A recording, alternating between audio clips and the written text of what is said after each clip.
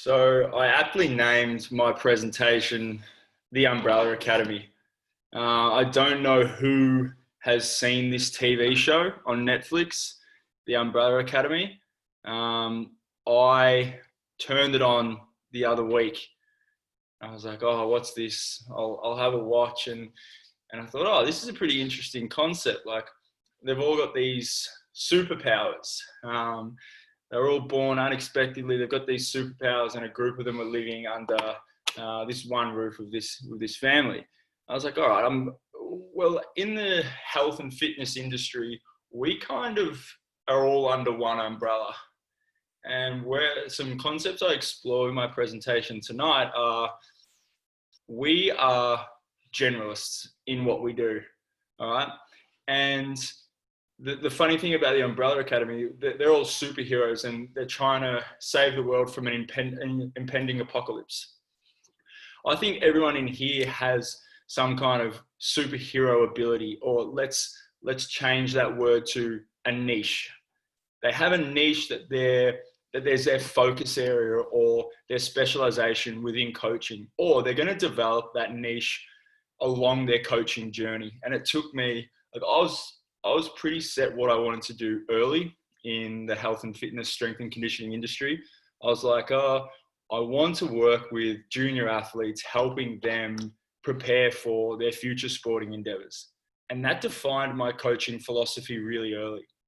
And I see this as, all right, my little niche now is junior athlete development. And now I've worked into speed training for the field-based athlete as well. So I've kind of pigeonholed myself within the industry, but I've done this for certain reasons, which we'll explore throughout tonight's presentation. And the funny thing as well, the impending apocalypse, or we're kind of all stuck here on the computers now with COVID-19 restricting us from being able to do our jobs. That's the impending apocalypse, therefore the name of this presentation. So who am I? This is my little life motto. I'm Jarrad, put me on your team. From 18 years old, I've been a coach. I've been a swimming coach, I've been an athletics coach, I've been a football coach, a performance coach in the gym, and now going into the realms of being a speed coach, which is funny. I'm kind of a walking contradiction, I like to put it, because and this is embarrassing to admit, I have never ever adhered to a program once in my life. I don't know why. Maybe I have undiagnosed ADHD, or maybe my brain is just, it's operating on some different level, or maybe I just have poor accountability. But I train ad lib, and that's what works for me. And you're going to have clients and people that are ad lib as well. People in this room may be an ad lib trainer, and they may not train to a program. Some of you may think, oh, he really is just a phony and he's been faking it until he makes it. And maybe that's the case. I'm also a business owner. I say business owner now rather than just I'm a coach, because I'm trying to develop something here with the sixth principle. It's an athletic development training system designed to prepare athletes and the general pop to pursue athletic endeavors. So when someone walks into the doors of my gym, they know what they're going to get. If they're an athlete, I'm going to help them prepare for their sport and the movement demands of their sport and everything that comes with that. If they're gen pop and they're coming in just to train, they know that I'm going to encourage them, whether it be subconsciously or really defined. I'm going to encourage them to pursue some kind of sport or some kind of activity that's competitive. I think we are competitive beasts in nature. You look back to when we were hunter-gatherers, and a couple people in here have probably heard me go on about this before, but we were originally hunter-gatherers, and we had to hunt for our food, live or die. That was our adaptation to the world. And then the Olympics, the first Olympics came along, and the events in that were running, jumping, throwing heavy-ass objects, and hunting. And then we've kind of moved away from that as a civilization where, look at us all now. We're all sitting down. We're all behind a screen. we all, luckily enough, we don't, but the way population's going is very sedentary. All right. People are getting lazier. People are picking up their phones and going, I'm going to get a hamburger delivered to my door. Actually, before COVID came, can you actually walk indoor and deliver it to me on the couch? And those things could happen.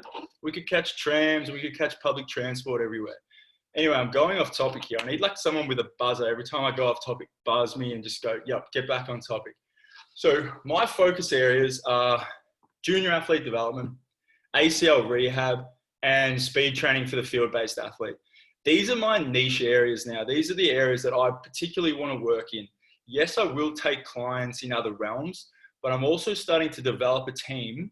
And I've got some of them in here now where Paddy's here. Paddy is amazing at building people up for strength training and a lot of other avenues as well. But he's really good at the programming for strength and size. So anyone who comes into my gym for those purposes, I go, all right, Paddy, you're in charge of them. You're in charge of programming for them. That's your area. And now I can kind of promote other people within my business to go, all right, you take control of this area. You take control of this area. If anyone here works in team sports, let's take a football club, for example. We've got a conditioning coach. We've got a rehab coach. We've got a strength coach. They'll all report to the high performance coach. And if you go higher up, there might even be a speed coach and a tackling coach. So people niche and they specify. And I'm not saying if you're young and fresh into the industry, get a niche straight away, because I think coaching reps is the most important thing. Like, go and coach everyone, coach the athlete. And I don't know if he's in here tonight, but I think it was Finn Kenny put up something during the week, and it's not about coaching the people that are going to make it, the professionals, because they're going to get there anyway. And I use two examples later on for that. It's about coaching the people that are trying to achieve something that's against the odds for them. And it's the little wins there that you start to get the joy out of coaching. But when you're young and you're coaching in your first few years, coach the motor morons, coach the elite athletes, coach your friends, your family, coach people for weight loss, coach people for strength training, get a perception of all these different concepts and have them in your arsenal to be able to pick and choose things that are useful to you so you can then construct your own system.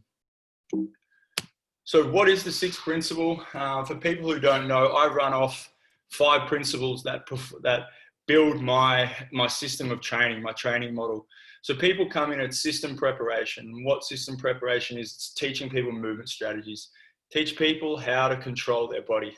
That's the number one thing that I think is important, because if I don't teach people how to control their body under no load, just in movement demands throughout the day, how can I expect them to do this when I go, here you go, here's a barbell, or here's some dumbbells, now move in a dynamic pattern, lunge, step up, do this. And it's really important to build foundation. Then it's movement preparation, which is preparation for the session ahead. Power and locomotion. This is my athletic development framework. All of my clients will do a jump, a run, and a throwing movement at the start of their session before they do their strength and size stuff. And in a weekly plan, I'll work in the sagittal plane for one session, and then I'll do some rotational frontal plane stuff in their next session throughout the week. So I'm exposing them to movement demands. Strength and size, energy system development, and principle number 6, the play on names. You can see I like to play on names here. It entertains my mind. Is the 6th principle is the results. So that's the self-improvement. So when we unpack this stuff, anyone who comes to you for coaching, and that's training, and we're going to depict what is training and what is exercise. Next is people come to us for self-improvement, no matter what it be. It's always the underpinning thing people come to for is self-improvement. So you could go, all right, what are we? Are we self-improvement coaches?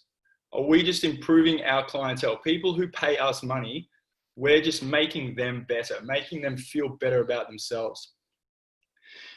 Preparation dictates performance. So our preparation principles and then our performance principles, everything leads back to self-improvement, and then it's about maintaining these things. So the cycle's just never ending here. So the why I created the sixth principle, and I might go back here, is because when I was young coming up coaching, my first two clients were Bailey Smith and Jack Higgins. And anyone who knows football will know, oh, yeah, those two guys are really good footballers. And they were my first two ever clients. And I did them both off my own back because it was just a learning thing. I was learning as I was coaching them. And did I know what I was doing? No, I didn't. Did I stuff up things? Yes, of course I did. How did I learn along the process? I wrote every single thing down. I wrote it all down. I looked at it after a training period and I was like, all right, what's working? What's not working? I did some testing, retesting, got some objective data, asked them how it was all going, got some subjective data as well. And then little did I know, back then, early in the process, I was developing this system now that I implement with all my clients. But I made so many mistakes coming up in the industry, coming up as a coach. And I think that's what it's all about. You make mistakes and you learn as you go. None of us are going to just jump into something and bang, be really good at what we do and we're meant to know everything straight away. But going back to those two boys as well, they were always going to make it and they were always superstars. If you're super skilled at your sport and you're athletic, you're going to go pretty far. So what is our job and what's my job as someone who coaches predominantly athletes? It's keep them fresh, keep them on the park. If they can perform every week, week in, week out, then I'm doing my job. It doesn't matter what I do. I could just get them in and we could just be chatting and doing some movement stuff every week. And then if they're still performing week in, week out, especially as a junior, I'm doing my job. So who are you? And then this comes to the question, and a lot of people, you're going to look at this and you're going to identify different areas you lay in. And you actually might look at it and go, that's everything I do. And that's the generalist view of a performance coach. Whether you're a performance coach, S&C coach, personal trainer, who are you? Are you training athletic population? Most of us want to, all right? Or we have some people who play some kind of sport, or we're training Gen Pop. Most of us train Gen Pop too, unless we've only come up through the sporting elite sector. And what are we really? We're just a motor skill coach. We're all teaching motor skills. We're all teaching patterns, and we're just building upon those patterns. So under the athletic population, we've got performance and rehab, but Gen Pop's also rehab. Under the athletic population, we've got the performance, we've got powerlifting, Olympic lifting, speed, strongman, boxing. So you can see, you can start to create a little niche within these things. And I think it's up to you to identify where you want to take your coaching over time and what you want to be known for. What do you want to achieve in the industry? Do people come to you for body comp and fat loss?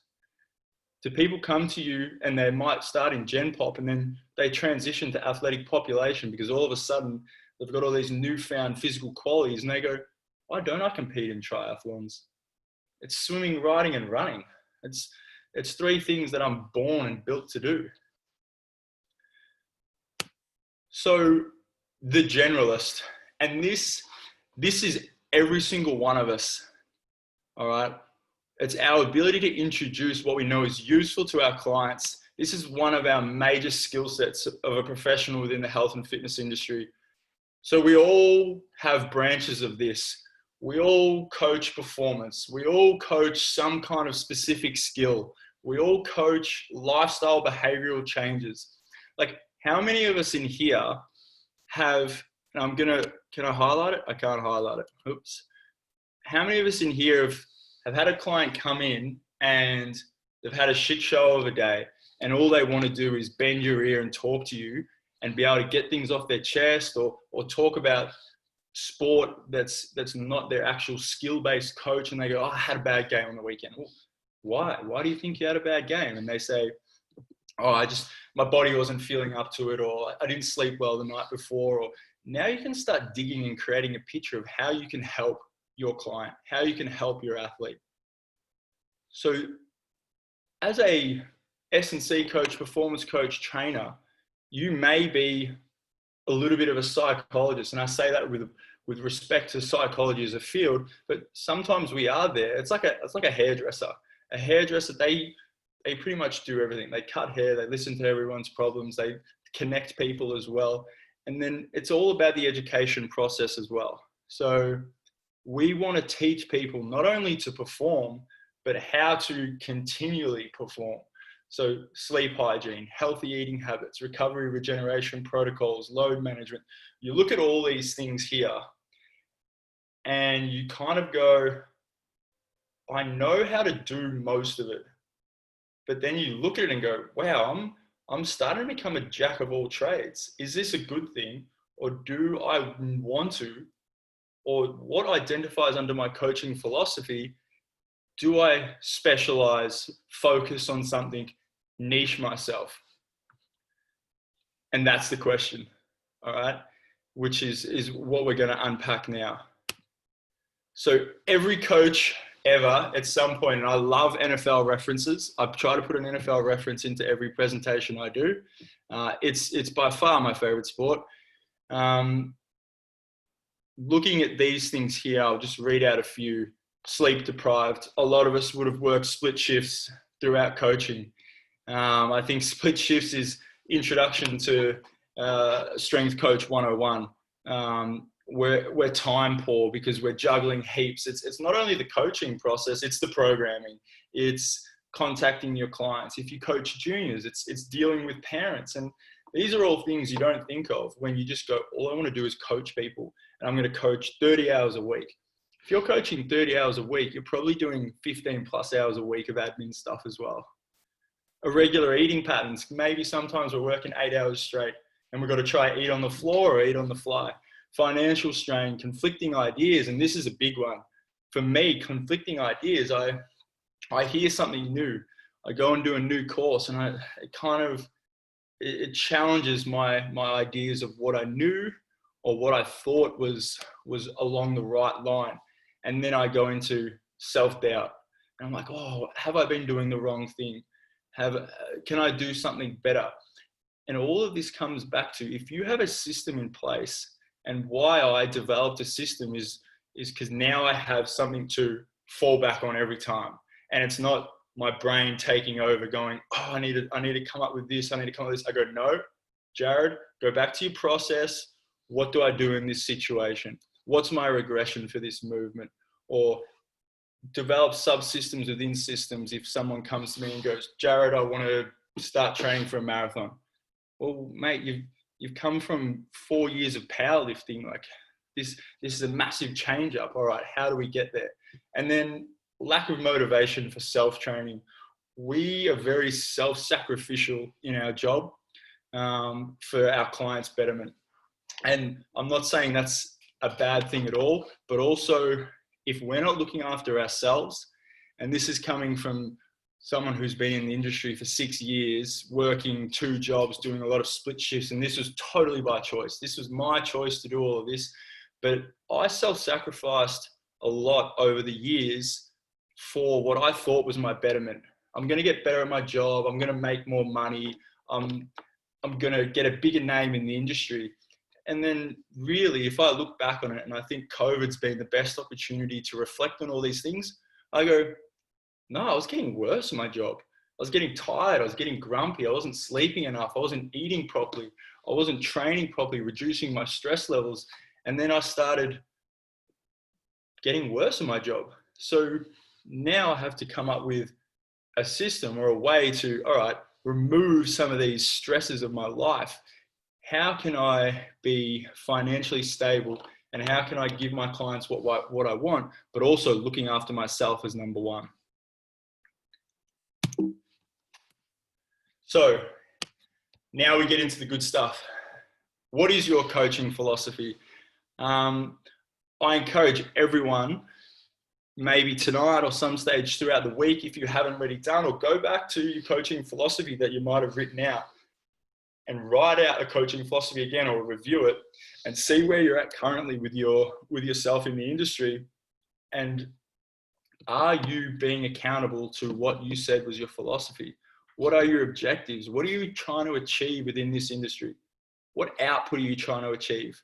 Is it client-based objectives? I want to be the best coach for my client, and I'm working in the body comp sector to try and get all my clients up on stage if they want to be. There's one example. Or I'm a performance coach. I'm trying to keep my athletes active, trying to keep them healthy and keep them physically prepared for pre-season that we never know might start for next season.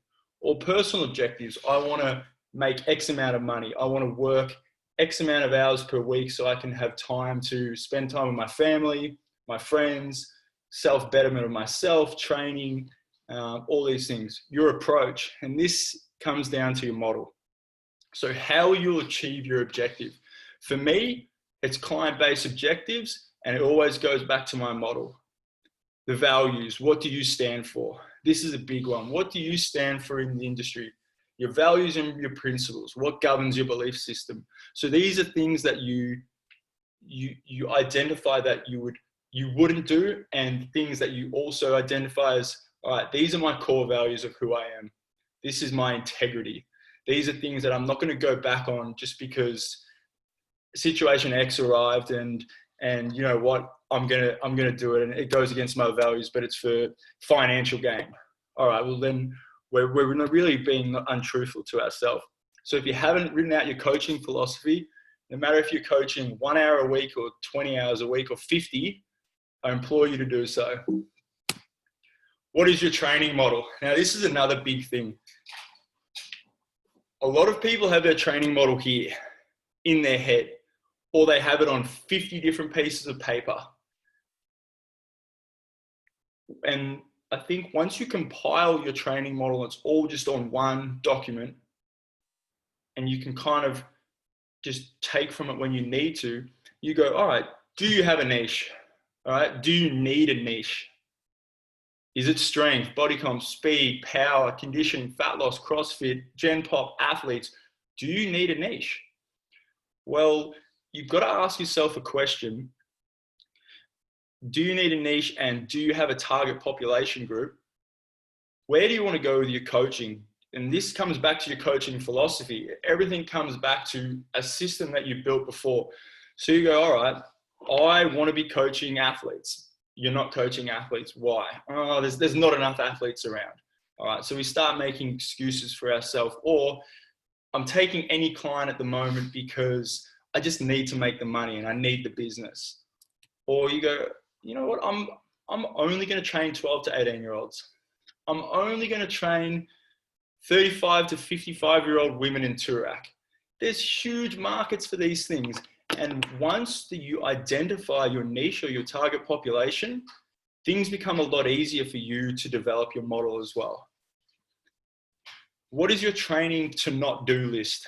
So these are things that you wouldn't do. So I'm not going to do isolation movements before compound movements. I'm not going to do high velocity stuff before low velocity stuff.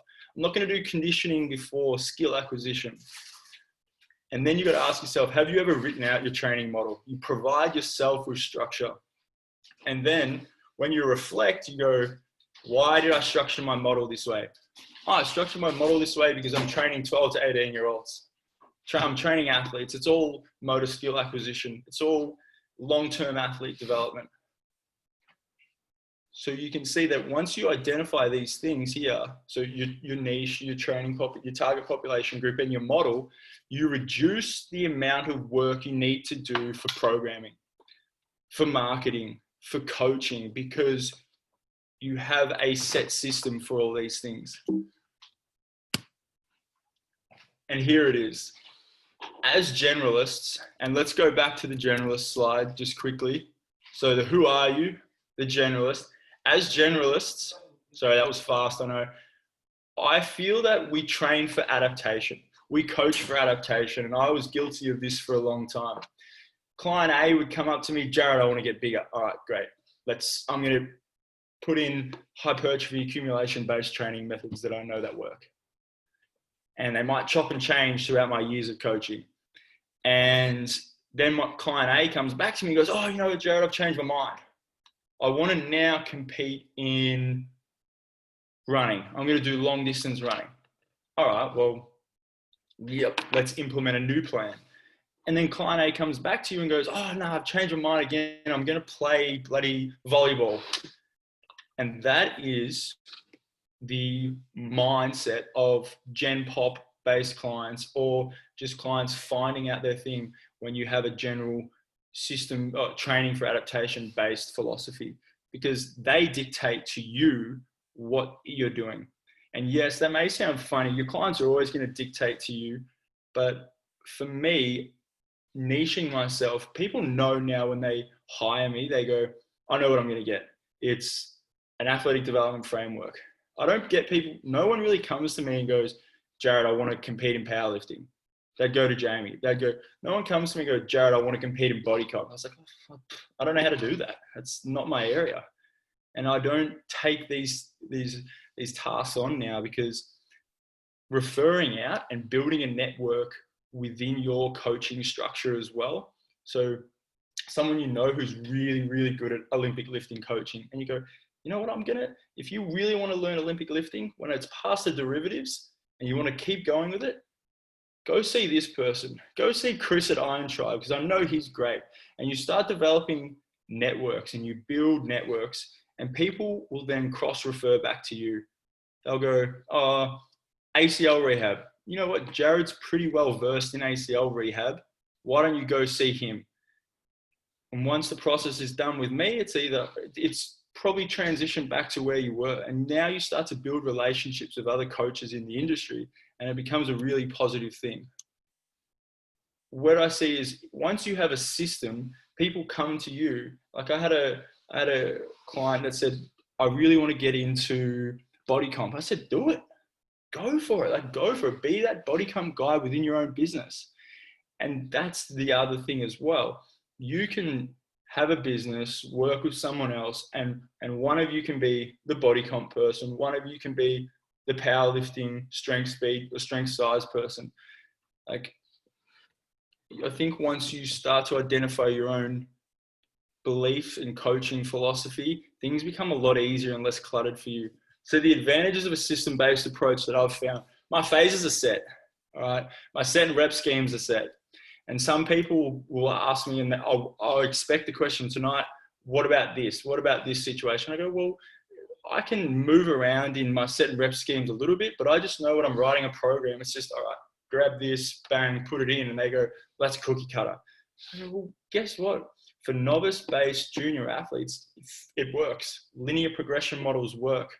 A 3x8 introduction phase, it works. A 3x6 strength phase, it works. Why go against all these things that work?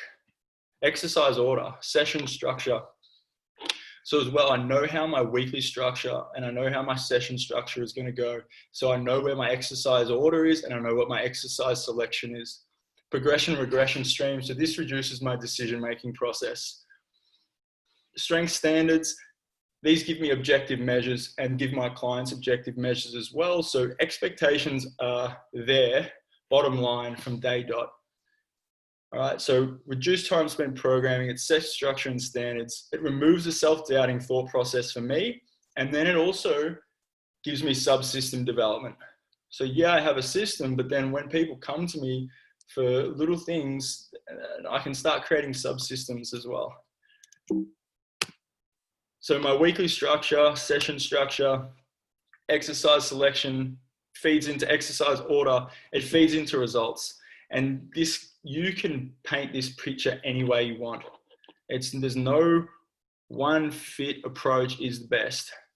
And most of us would be able to agree with that statement going, I've done 100 different things and they've all pretty much got me the same result. It doesn't matter if you're using a 3x6 or a 3x5. But for you developing your system and you go, I'm just going to run 3x6s for a starting strength phase. Let's go back. Mark Rippletoe, starting strength, 3x6. It's just going to work. I'm just going to do it for every client when they start their first strength phase. And it takes the guesswork out for you. Again, it refers back to our coaching philosophy. So you set your session time with your clients. So you're selling your time here. And as well as programming construction, I fell under the loophole of I was working at a place and a high-end clientele. and we'd do 45-minute sessions. And it was quite an exuberant price. I wouldn't pay it myself. That's selling myself short. I couldn't afford to pay it regularly. Let's put it that way. But we would be expected to program for 2 to 3 sessions a week for them outside of our one-on-one.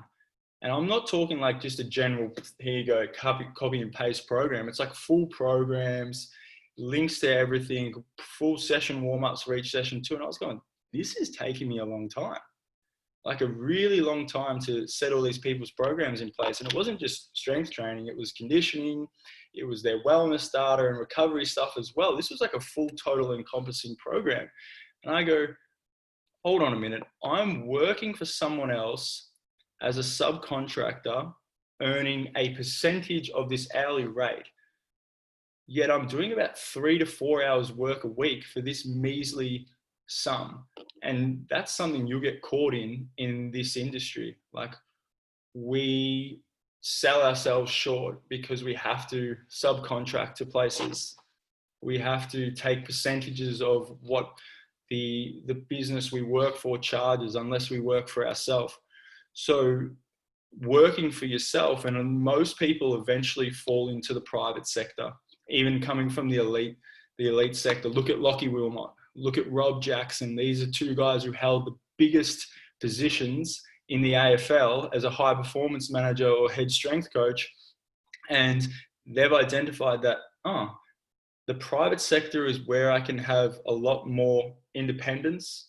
I can be better financial rewarded as well. And it also, the hours you can dictate. So when you're writing programs for your clients, realize that you're selling your time here as well. It's not just a 1 session of one-on-one. Sessions per week, set a minimum expectation. For me, it's 2 sessions a week. I read a thing of someone as model, a coach in this mentorship program I'm doing from America. He said his expectation was 12 weeks. He sells 12 weeks, that's it. And this kid was 20, this guy was 25. I was like, that's bloody awesome. At 25, I didn't have the balls to go 12-week minimum to sign up to train with me. Because I know in 12 weeks, I'm going to be able to get you some results. In, let's say, if it's just a 4-week period, who knows what's going to happen in 4 weeks. Session timing, it's dependent upon availability. Exercises you coach, it falls into your model. And then the order, the sequencing as well. This all comes back to the stuff we've already set in place. Training phases within a model. So I won't go too heavy into this, but this is just the 4 phases I coach. And I run a semi-private system. So this works really, really well. And I chose to run a semi-private system because it enabled me to coach people to coach themselves. And what I find with my semi-private model is I'm not really doing too much coaching. It's more the education process. So I've got a rule of thumb in my head. It's, if I coach anyone for more than 5 years, if they're not a professional, I'm doing them a disservice. And 5 years, that's an arbitrary number at the moment. I still think that's maybe too long. If you haven't taught someone how to train within a 5-year period, are we really doing our job? So you can see here that I've got my main lifts, I've got my accessory lifts. I run a tricep program structure or exercise structure. I won't go too much into it. If you want to pick my brain about it, the whys that I do it, I'm always happy to discuss that. So you can see here, phases are set. So it takes the guesswork out of my programming. I know what I'm doing for probably 6 to 8 months if there's no hiccups and hurdles along the way, and probably even longer. My progression regression stream. Now I stole this from Mike Boyle, all right? If you don't know Mike Boyle's stuff, if you haven't read his training model, I encourage you to do so. He's one of the greatest minds in the S&C field, and he runs one of the biggest semi-private strength and conditioning businesses in the world. So here's an 80-20 rule. 80% of people that walk through his door should be able to complete movement X. All right, let's say it's a squat pattern. Base movement to goblet squat. No matter how well-trained or new you are to training, you can hold something here, whether it be a ball that weighs 200 grams or 1 kilo dumbbell or a 10 kilo dumbbell. That's dependent upon your coaching nous, movement quality, control, speed, range of movement, all these things. So my base exercise is a goblet squat. My progression 1 is increased load or task complexity. So I go into a 2 kettlebell front rack squat. Progression 2, increased load, task complexity, front squat. I don't back squat anyone, all right? It's against my coaching philosophy, back squats. I don't like back squatting as well myself. That's probably why. Is that my coaching bias coming into or my bias coming into my coaching? Possibly, but why? It's risk avoidance. All right, when you coach a semi-private model, and anyone here that's coached groups or teams, when you've got 10 people back squatting and some heavy weight starts getting moved around, fucking things can go wrong. And that's what I'm trying to avoid in the gym. I'm trying to make my training system as risk avoidant as possible, so you can never guarantee no one's going to get injured or hurt or do something wrong, but I'm removing the possibilities as much as I can. It's very, very, very difficult to screw up a front squat. And then regression. These are increased stability, reduce the range of movement, and add constraints. So you need regressions for your base movement, because you're going to get people that come in who have functional limitations or structural limitations. Let's hope not, but it happens. You're going to get people that come in who just don't have the skill acquisition or the strength to perform something. So you need something to go back on as well. So for every single movement I have that goes through my movement patterns, which I think is the next slide here. All right, so all these movement patterns here, I have a base exercise for everything. And then I have progressions and regressions. So again, that takes the guesswork out of my coaching, as well as my coaches who work for me. It takes the guesswork out for them. We know we've got systems in place to build people back up or progress people along. With strength standards. Now, this is a disputed area. I'm big on this, strength standards. You can see here, what I've done is I've put body weight examples in 60, 70, 80, 90 kilos. So for my goblet squat, you're not going to progress until you hit 40% of body weight for 8 reps. Yes, it's generic, but I know that once someone can hit 40% of body weight for 8 reps, they're going to be pretty well versed to progress. All right, they're going to have the strength, they're going to have the output capacity as well to perform this task. And yes, there's other things that come into play. There's movement quality, there's speed, there's control, there's range, all these other things. But let's say we like to be good at our jobs here. We're not going to just go, oh yeah, he's done a 45-degree squat for 24 kilos. Let's give him some kettlebells and he can progress. It's, well, if you've got the range, let's use it. What's inhibiting you? Is it fear? Is it functional? Is it structural? Is it lack of strength? Is it lack of exposure? So you can see with my clients, and I train a lot of young males. So this for them, when they go, Jarrad, why haven't I gone onto a barbell? Well, can you goblet squat 8 reps at 28 kilos because you weigh 70? And they go, not yet. Like, all right, when we get there, we'll move on. And it gives them something to be reliant upon and work towards as well. So they always know what they're moving towards. And what I'm trying to do with this as well, I'm pushing the proverbial wall, the ceiling effect as far away as I can. So that's the end of what I was presenting on. I could do this 10 times and I'd probably come up with 10 different presentations. I hope you got something out of it in the realm of, all right, at least it's a thought of, I know what my training model is and I'm going to refine it, polish it up a little more. So it's a complete product. So when I onboard clients, I know what I'm doing, or I haven't got a training model written down yet. This is something I'm going to do over this time that we have in lieu of waiting for coaching to reconvene. If anyone's got any questions, unmute yourself, fire away. I may not answer the questions. If someone asks a question and someone has a good answer for it, please feel free to jump in.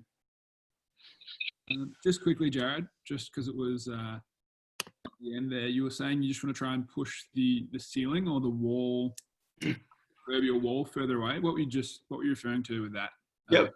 So what I'm talking about with the proverbial wall is if we progress people too quickly along the spectrum of movements, let's say someone comes in and they can goblet squat 20 kilos pretty well in their first month. You go, yeah, they can goblet squat. Here you go, here's barbell.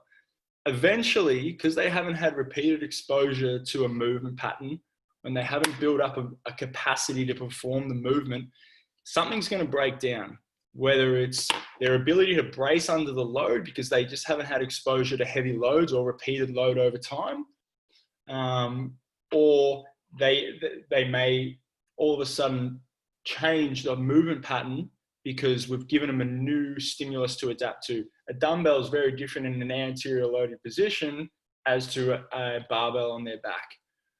So what I'm trying to do, pushing the proverbial wall, meet this standard. Like let's say it's an RDL. For my teaching hang cleans, I go, when you can RDL 80% of your body weight for 6 reps, I will then teach you how to hang clean. And then when you've learned a squat pattern as well, these things will build. Now I know when you hang clean, you're going to be able to control the eccentric. And then you're going to be able to control the deceleratory force as well in the catch because you've squatted repeat weight up to what you're hang cleaning. And the hang clean will always start at a lower point of load than their RDL and their goblet squat. But I'm not just exposing them to movement patterns and force demands and different speeds of contraction all of a sudden because something's going to go wrong. And it's happened when we get too, I guess, overzealous as coaches and go, oh, they RDL'd really well. I'm going to teach them how to hang clean. And then you teach them how to hang clean and they just don't know how to control the deceleration phase of the movement. Yeah, that makes total sense. That's good. No, I'll go next. Stefan? Well, thanks for that, Jarrad, first of all. That was good. Referring back to, you mentioned your ad-lib training approach at the start. Could you just out of pure curiosity, could you expand on how you train, like, I don't know, maybe the last 6 to 9 months with that approach or system? Yep. Good question. I guess the evolution of it for me was I trained a lot as a youth athlete from 15 to 18, did a lot of training, like in the gym, and the training we did 10, 12 years ago, which was focused predominantly around upper body, beach weights. I barely did any lower body stuff, but I just trained. And then I got injured at 18. I did my ACL, so it's a fair period off, did all the rehab. That's 10 months of rehab and was like, I did rehab down to the absolute minute dot at the bottom of this is what you do to get back to playing footy, because that was my sole direction in life. Get back to playing footy. I was 18. I still wanted to see where my footy could go. About 12 to 18 months later, bang, I did another ACL and my other side. And then I had to go through that rehab process again. And mentally, I wasn't ready to go into the rehab process. I had other things to do in my life. I didn't want to study. I didn't want to play footy. All these things were coming up. And I was just like, you know what? I just want to live. Like, I want to go overseas. I want to go to Europe for 4 months. And I did that. Pushed my surgery back till when I came back from Europe. Bang, there comes another 12 months of rehab work. And again, yeah, I was pretty good at following the cusp of that. And this was all before I got into the S&C industry. And I was like, I've done rehab for 24 months. And anyone here who's done long, extensive rehab, either themselves or with clients, they can go, it's a pretty slow up and down process. So when I got into the gym, I was just like, you know what? I'm exposing myself to absolutely everything. And this is where I'm a walking contradiction. I did boxing, I did yoga, I did Olympic lifting, I did some speed training. I I was doing conditioning training. I was just doing bloody everything. Going, no, I'll try a little bit of everything. I'll try Pilates. I'll try bloody bar A. I didn't, but I would have. And I guess that set me in the motion of just going ad lib with my training. Like I'd come into the gym and I'd go, I've got half an hour. What am I going to do? I'm going to hit some primal movement patterns, some compound lifts today, so maybe a squat and a horizontal push and a core movement. And then the next day I'll do something else. Because I trained frequently. Like I trained maybe 4 or 5 days a week. And then I kind of fell out of love with training. I think maybe a lot of people here have experienced that, where you coach so regularly, and maybe this is just my weak excuse, but you coach so regularly where you don't want to be in the gym anymore. Like you're in there 40 plus 50 hours a week and you go, I just want to get out of here. And I avoided training. And every time I went back to training, it became exercise. Like I'd exercise, it hurt, I'd do too much, or something else would come up and then it wouldn't be consistent. So I started going, all right, I'll write myself programs. And I never stuck to them because life would come up. And then I go, you know what? I'm just going to go in the gym and train how I feel all the time. I'm just going to train how I feel, and I'm going to train to my system. I'm going to do something explosive. I'm going to do a lower body, an upper body, and a core movement. I'm going to do 4 exercises in my training session. Bang, I'm done. And that's just, I guess, habits die hard. And I think that's a habit that I've been stuck in for the last 4 or 5 years. And the funny thing is I'm really good at getting people to adhere to programs and encouraging them to adhere to programs. But if you wrote me a program, I would probably be a terrible client myself. Just on that, Jarrad, I was about to leads into my question pretty well. How do you deal with athletes that probably have a similar attitude to you towards training? They're a little bit more ad lib. They don't tend to stick to programs too well. Do you give those guys a little bit more leash on free rein on their program? Tell them that they've got to just tick certain boxes, or are you, like you said, are you just motivating them and I guess giving them the structure to make sure they hit certain standards? Yeah, great question. I think if we look at the athletic population, and especially if they're in season, what's the most important thing? It's just, all right, are you playing your sport and are you doing well? And if they're performing well, who are we to say, hey, X, you've got to do this in the gym? And they go, you know what? I just don't feel like it. My body doesn't feel like doing that. And all right, let's start digging. Let's provide them with things to fill out, recovery, regeneration stuff, some sleep. Are you sleeping all right? Are you getting your 8 hours in? Are you fueling your body the right way? And maybe we can educate them of why they aren't feeling motivated to train, because their body's really sore or they don't have the energy. They might not be fueling themselves well. But when I was in America, I spoke to this S&C coach who worked at the New York Giants. And he said, you know what? I was like, oh, how was that? That would have been the best thing ever. Me just wide-eyed going, this guy worked at my favorite team in my favorite sport. And he goes, it was the worst job of my life. I go, why? You're working with some of the best athletes ever. He goes, you know what? They'd come into the gym and I'd be like, all right, we're doing this. And they'd go, no, I'm not. And then you'd be like, yeah, well, this is the program. They're like, yeah, I'm not. And they'd just walk out and they'd laugh at you. And who are you to say to a $20 million athlete, hey, Odell Beckham, you've got to come here and do this program? They'll go, I'm going to do my own work. See you later. And I know that's a little bit different into the example you gave me, but I think it works back to, let's try to paint a picture of why they aren't adhering. Is the program too long? Is their body just not in the right frame to do this stuff? They're not recovering properly. Or, as you said, do we just give them certain boxes to tick? All right, I need you to go through these processes. And you start to put it on them and go, all right, well, what do you think? And you can create a program with them. What do you think would work best for you? And they go, oh, all I want to do is upper body. Okay, you only want to do upper body, but you play a predominantly lower body-based field sport. Like, you need to be doing some work. What areas would help you get better at your sport? And they go, I need to get faster. And you're like, okay, how about we change track just for a little while and we do some speed training. And then you might get that buy-in from that individual again. And this is hard to do on a team ratio. And I haven't worked in team sports for a while, but I think trying to find the picture of why and create that picture is really important there. Awesome. That answers my question. It's good. I might chime in, Jarrad. Thanks for the preso. It was great. Sorry, so this has been, thanks for the plug earlier, mate. That was you, wasn't it? That was me. Yeah, I really like that one. Thank you. You touched earlier on in the preso about finding your niche. Yep.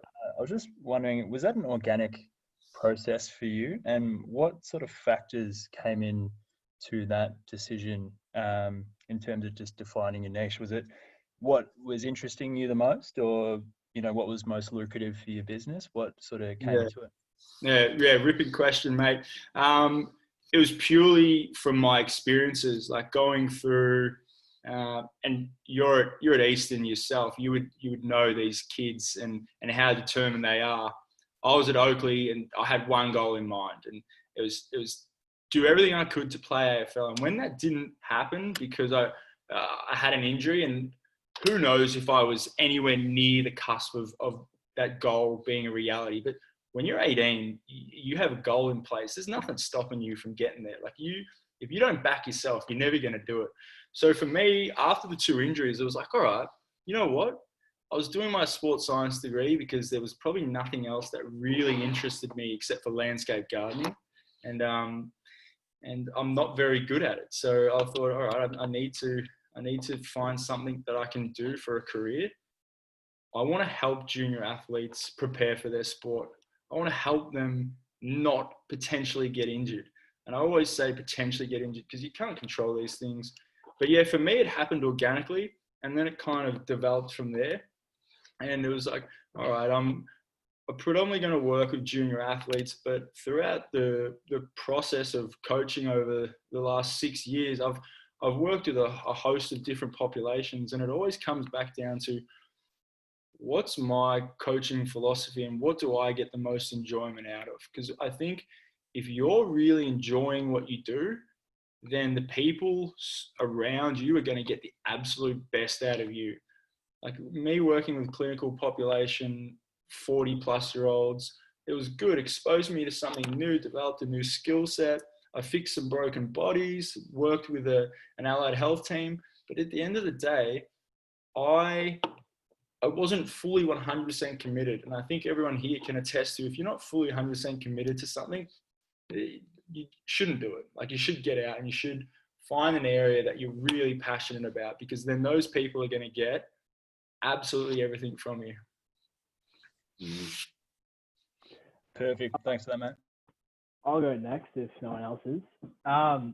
Thanks, Jarrad, for the presentation, because I'm a final year student, and they hardly talk about systems approach or anything like that. So that was quite interesting to look at. I saw that one of your key areas that you'd like to go into that you've been doing is junior athlete development. So when you first started off, what were some of the key things that you found were really working for you when you're working with your junior athletes at the start of your career, for example? Yeah, great question, Jack. And you know what? I totally agree with you, having done an undergrad, and I've just enrolled back in to complete my master's.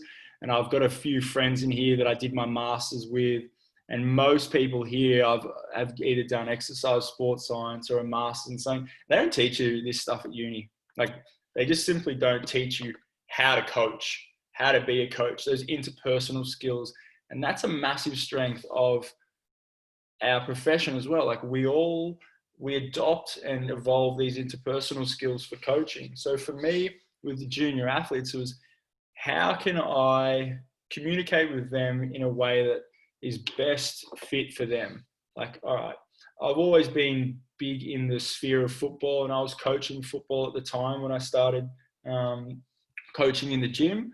So that gave me that I guess that scope there. Like, all right, I know the goals that you have. I had shared similar goals when I was your age. I know your passion. I know the demands of your sport. I can be a part of the process. It's not, hey, train with me. I'm going to get you here or get you there or make you better. It's, I'll be a part of your process. Because if you take something away from someone, and Paddy put this concept into my head, Paddy Avis, he said that when you're asking your clients, all right, what do you think about saying, let's say, all right, perform some squats. How'd they feel? Yeah. The client goes, yeah, they felt pretty good. I think I just need to work on controlling the descent a little more. You go, that's a great idea. All right, let's build on that. You don't take ownership for their ideas and go, yeah, I think you're right. And that's the same thing with goals. I don't take ownership for my clients' goals. And when they say, Jarrad, thanks for all the help, couldn't have done it without you. I'm like, you know what? You could have done this with your hands tied behind your back. I always put it back on on the clients. They're the ones doing the work. They're the ones achieving the goals. We are just a part of the process. We are the motor skill coaches. We're the people who put something down on a piece of paper and go, you know what, if we work to this, an end result is probably going to be favorable for where we want to go. So that was a big thing with the juniors. I think I lost track. Did I answer the question? Or Yeah, no, you did. That was really good. yeah, brilliant. Jarrad, I'll jump in quickly. Thanks for the presentation. Can you good? Yep. Thanks, Leroy. Beautiful. Apologies if I've maybe missed this throughout the presentation, but I know you commented a couple of times that you don't train for adaptation, or you don't train purely for adaptation anyway. And I think I get that that's more a perspective thing more than anything else. Yeah. Elaborate on what you mean with that statement, or what maybe your perspective is on why we train, or what we train for. Absolutely. Great question. And it's always better to, I think, make this a more clear, concise thing.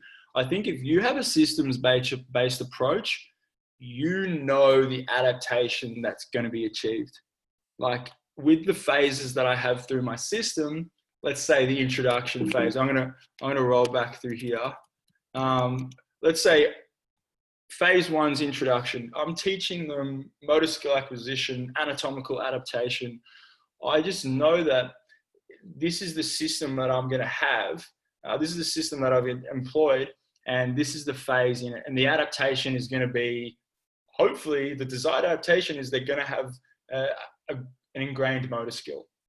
Or if we flip to the strength stuff, the phase that I implement for starting strength is just 3x6. It's something that works. And you know what, for other people, it may be different. So this is for me adopting a systems-based approach, which achieves the adaptations desired. But specifically, it's me knowing my scope as well. So if someone comes into me and goes, Jarrad, I want to be a powerlifter, I want to compete, I go, you know what, that's probably not my strength. It's probably not my strong suit, but Paddy can help you. Or if someone comes into me and goes, Jarrad, I want to compete on stage, I want to be a bodybuilder, I go, oh, you know what, I haven't done any bodybuilding stuff. I can recommend someone else, because that's a pure adaptation. And whoever trains solely for that adaptation, let's say a bodybuilding coach, like Ben Scott, he would have a system in place that's going to achieve the desired results of the client. Whereas I think when you're young, coaching, and this is what happened to me very often, someone would come to me and they'd flip their ideas of what they wanted out of training. They go, Jarrad, I want to get stronger. Oh, actually, no, I want to get leaner. Oh, actually, no, I want to get fitter. And you just purely be dictated by them and their adaptation. And I didn't have a system in place. So I'd always be chopping and changing my programming and exploring new avenues of, oh, this person wants this. How can I achieve this? But now when someone comes to me and goes, Jarrad, I want to achieve this, I go, all right, what's a part of my system and what subsystems can I employ to get the desired result for them? Yeah, cool. That makes a lot of sense then, I think. And so maybe I couldn't see the forest for the trees in a sense of focus obviously on the system first rather than the adaptation, more or less. If I can, maybe a follow-up question on that. How do you then evaluate your system and evaluate whether your system is working, short of obviously, knowing that it works based on what other people have said, what other people have written in books and whatnot? Yeah. Awesome question. And this is the, I guess, evolving process of being a coach. And I would still say I'm a young coach. Like I haven't been doing this for 10 years yet. I haven't been doing this for 20 years. So I think I could answer your question a lot better in that time because I would have designed many more things. But really it is down to client satisfaction and client outcome. Like yourself, you're a physio.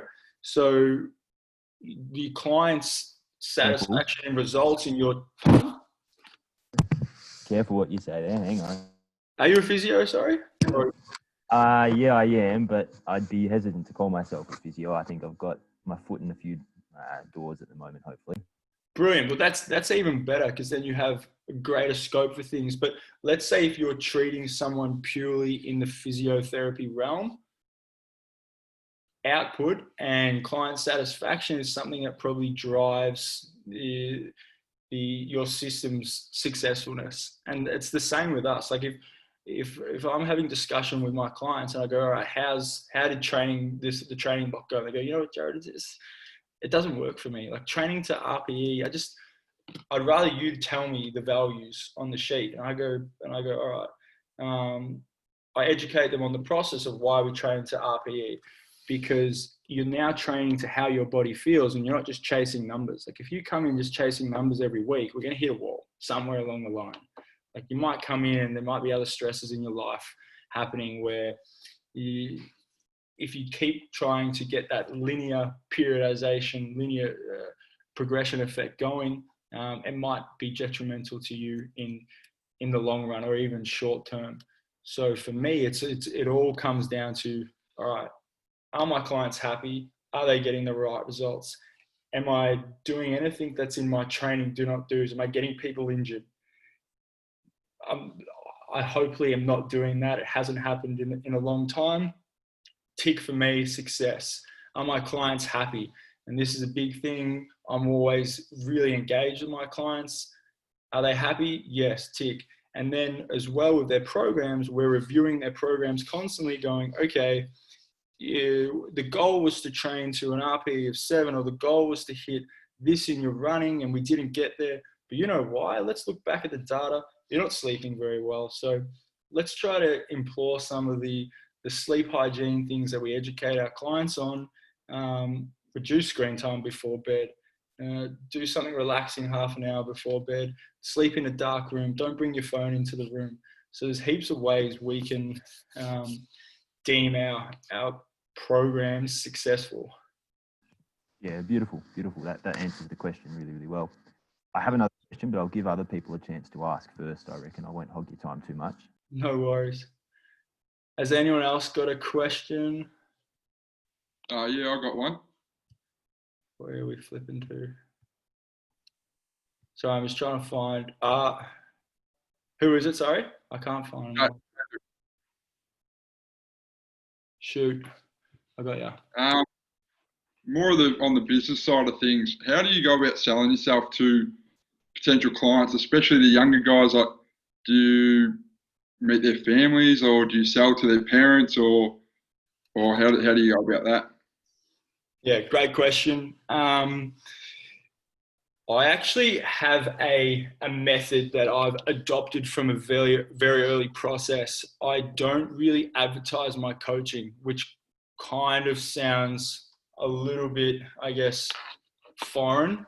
I work predominantly on referral based. So for me, working on referral based, whether it be referral from clients or referral from allied health professionals, I already have that small effect of buy-in already, because they're coming to me upon a recommendation. And I guess how I was able to use this and continue with this is because I was always working for someone. And I think when you're working for someone and clients get handed down to you, you start to build rapport with the clients and you start to create networks within your clients as well.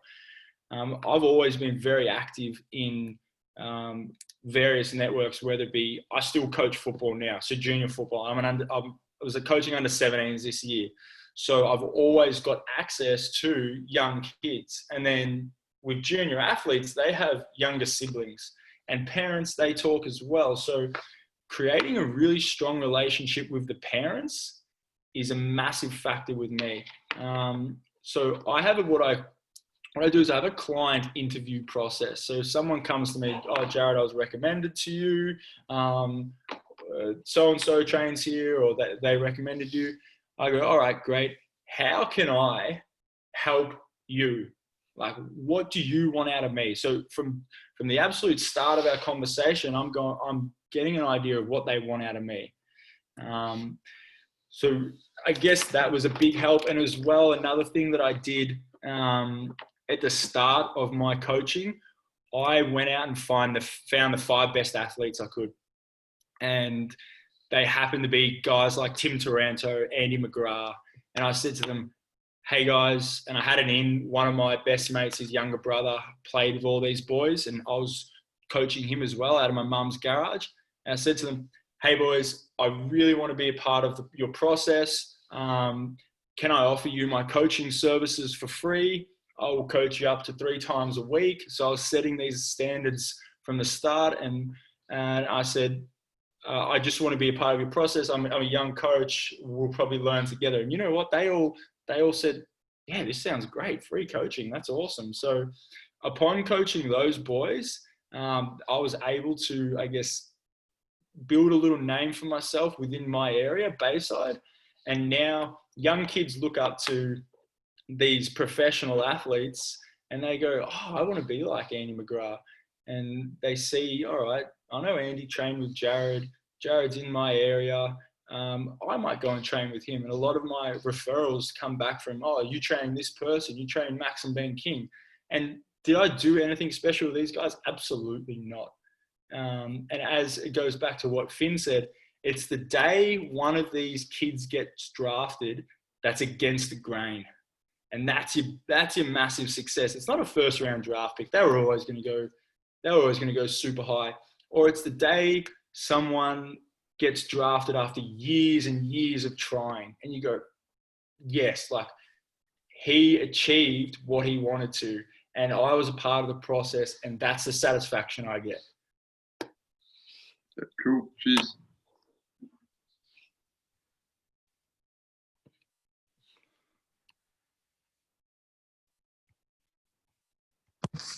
All right, I'll sneak my part 3 in. Sorry, mate. All right, Leroy. We'll make this the last one because it's dinner time for most of us, but I'm keen to hear this one. Let's go. Good. So building on response to my previous question about how you evaluate your system success, and you said obviously client satisfaction sort of being your key. I was going to say key KPI, your main KPI. How do you think that differs maybe in or outside of a private facility, such as in say a team sport setting? Is it different there, or is it all the same, or how would you approach that? You know what I'm going to do?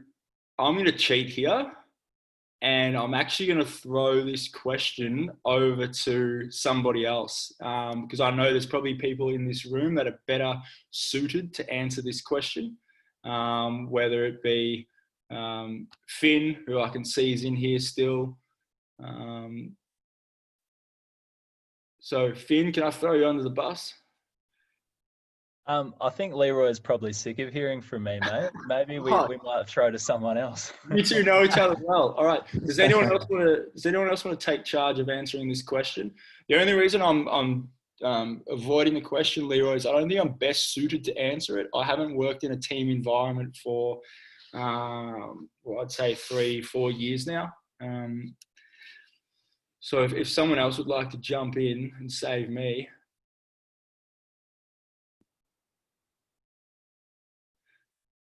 no one's jumping in. Maybe I'll save you then. Maybe I'll give my quick thoughts. I'd love to hear it, and then maybe we can just open up some discussion, and everyone else can chime in. That'd be good.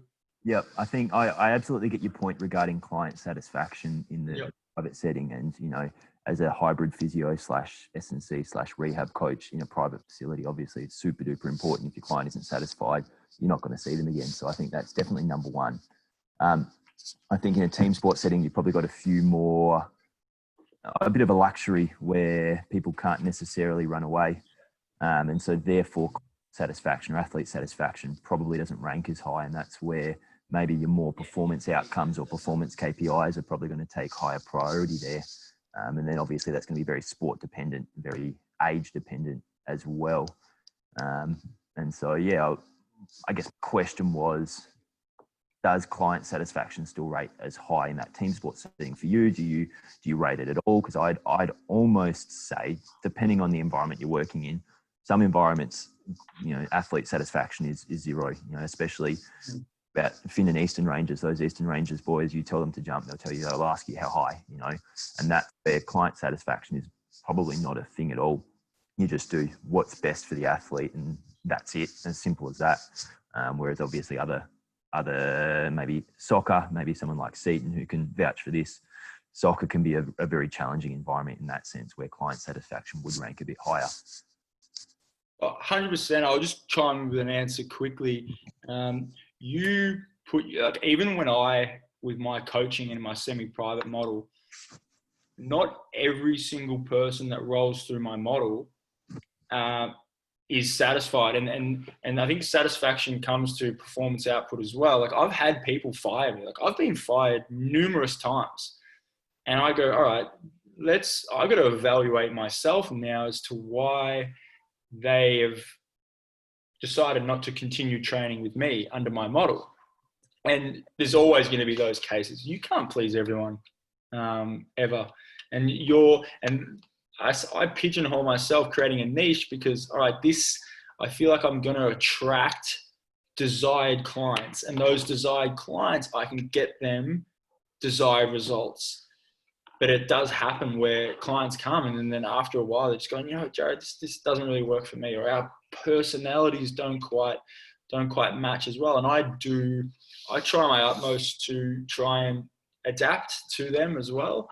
And I think you're totally right. Within a team, you're just going to get so many different personalities that you need different KPIs to see if your program is successful and is getting the right results. Does anyone else want to open some discussion with that on their experiences? Yeah, can I chime in here, boys? Love to. So I'm at North Melbourne for the VFL side, and I 100% see that in an elite setting like that, yes, your satisfaction of the athlete is probably going to be lower down the list, and the more sort of metrics of your objective data is probably going to take force there. But purely just from what I've seen and how those boys react in that setting, I think in terms of satisfaction of the program, particularly in that team setting, how those boys feel when they're in the gym as a team in that complete session plays a lot of part into how that team then interacts on the field. So you might have, as a strength coach, you might have the most elaborate program and each bloke's doing very specific things based on their task and role on the field. Probably 9 times out of 10, the program that makes them all unite in that 40 minutes post-track session and how they all come together in that time is probably going to dictate a lot more in terms of how they then perform on that Saturday game after the captain's run of maybe a little bit of banter and coming together in the weights room. That's where I think I go straight to in terms of that question. I think objective-based measures are heavily prioritised, but there definitely is something to take into account in terms of how that satisfaction is taking place from more of a general team setting. Yes, the team culture implications of your programming. Yeah, I think that's definitely probably something that I haven't experienced maybe as well as what you have, and maybe something I don't understand the value of yet. So I think that's a really important point, really a good point. Pat, can I ask you another question there? Sure, mate. do you think the ability to adapt your coaching style to different people in your team is also really important? And how do you go about that? Yeah, 100%. I think that was probably the biggest challenge coming up through the private sector and where I work on the side of North Melbourne, was distinguishing my approach to different athletes based on their age, where they've come from, what sport they play. Predominantly at North Melbourne, I'm responsible for the prescription of the first and second year players. So all of those boys are coming through the TAC system. They're generally shaped the same way. They think the same way. They generally band together. What one bloke says, they usually follow. So in that way, my job is pretty easy in terms of I know how they all think. But particularly if you're trying to guide their thoughts into how some of the third year boys who have been in that system a long time, you definitely have to sort of shift your focus in terms of the how you're approaching the situation, how you talk about it. You can probably be a little bit more rigorous with the older blokes and just say, mate, I need this done. Whereas probably a little bit more, probably need to handle the situation maybe a little bit lighter in terms of the new blokes, in terms of how you're actually going about communicating what you want out of them. It's not so much of, mate, tick this box, I need this done, but it's almost like, this is the process, this is where we're going to get you. For a lot of those third year blokes, I think it's, mate, you've been doing this for a while. I need these things from you. If you want to tick them off, tick them off. And I think that comes back to how you said with your story about the coach from the US system. Those blokes rock up and say, mate, I'm not doing your program. Yeah, do you need me to expand on that any more at all? No, that's a ripping answer. Thank you. All right. Does anyone else have any more general Q&A or discussion points on anything you heard on tonight? No? Brilliant. All right. Thanks everyone for joining. I enjoyed that. I was actually a little nervous beforehand. I had a glass of red, calmed me down. It was quite nice. I'm going to cook a steak, have another glass of red now. We've got Joey on next week, and I've heard this presentation is an absolute ripper. So I encourage you to get here next week. And then after that, we're changing tact a little bit, and I'm going to host my first roundtable.